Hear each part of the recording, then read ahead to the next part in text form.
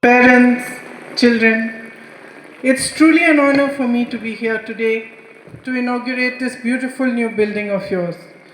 Before I start my speech, I would like to pay homage to all those who have passed away in the terrible accident with the Air India plane. All of us here, the entire nation in fact, we felt heartbroken when we saw all those images on TV and we came to know that there was only one single survivor of the entire tragedy. So we must reflect on what the value of life is. There were children on that plane, there were parents, there were entire families looking forward to a new future. I was reading about them, different articles, and I saw that there was somebody from every walk of life. There was an ex-chief minister who had led a full life leading people. He had been in politics all his life. There were air hostesses, air crew, building lives for themselves, little babies, parents, grandparents, and in one moment, it was all over. So that must teach us, all of us, to value every single moment of our lives.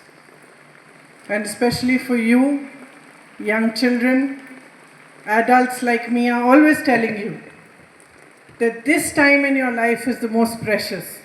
And maybe you don't realize it fully, but every moment counts.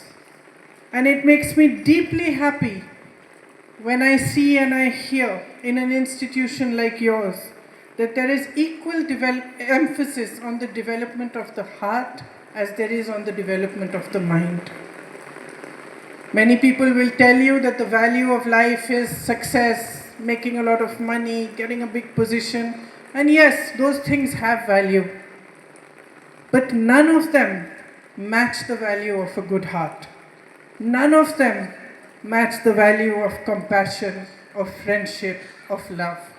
You have seen here in Wayanad itself, when you face such an immense tragedy, trying to help the victims of the tragedy, and still tries today.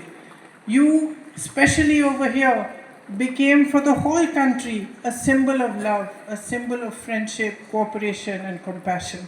So I commend the MCF especially for their, not just for their motto, but for the fact that for the last 25 years, being the Silver Jubilee today, they have stood by their motto.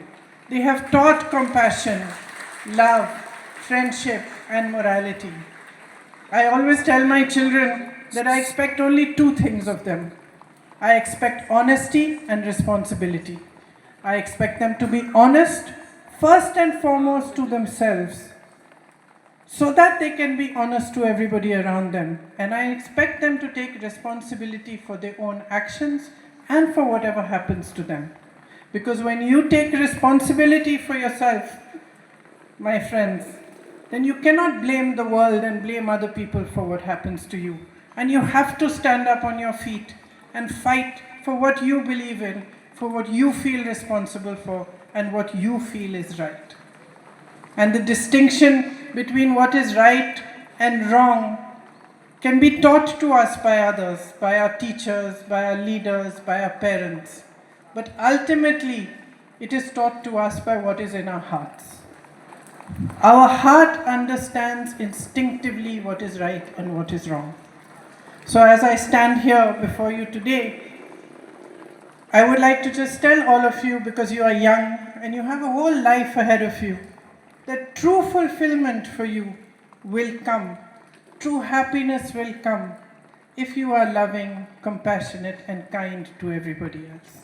And for that, you have to be loving, compassionate, and kind towards yourself also. So don't be too hard on yourself.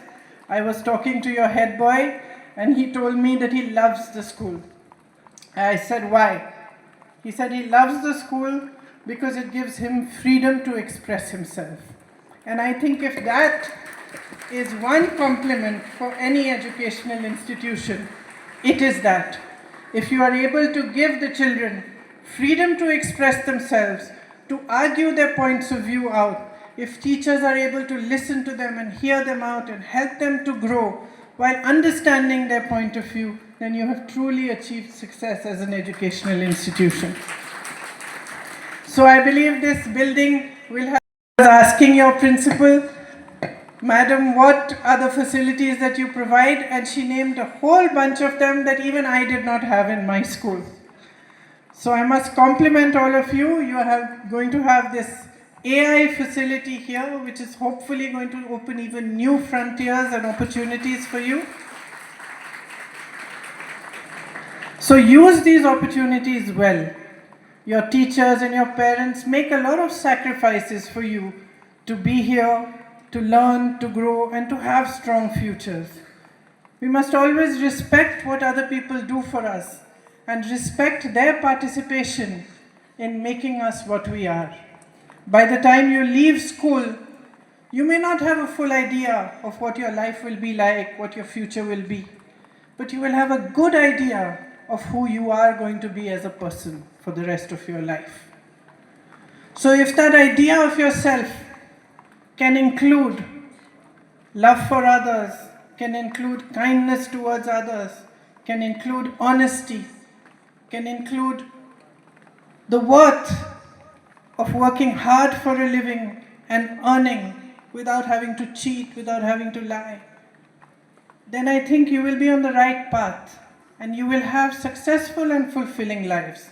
That is what I wish most for all of you. As I said, that this institution develops your heart as much as your mind is developed, and you have the whole world ahead of you.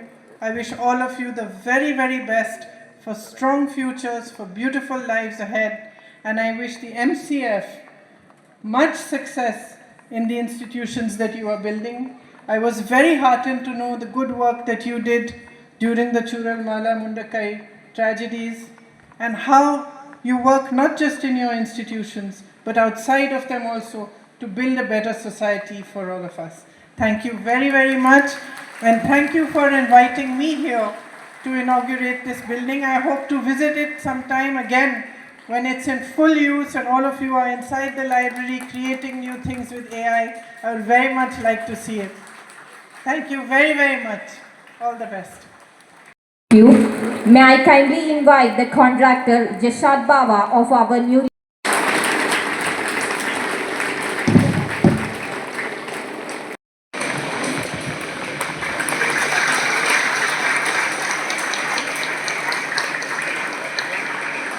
Thank you, ma'am. May I now take